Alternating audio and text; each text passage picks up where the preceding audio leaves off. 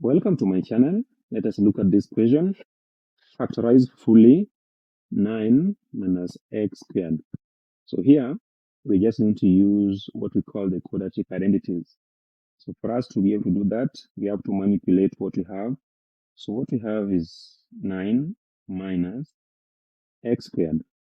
So 9 minus x squared can be seen as a difference of squares because 9 can be written as 3 squared minus x squared.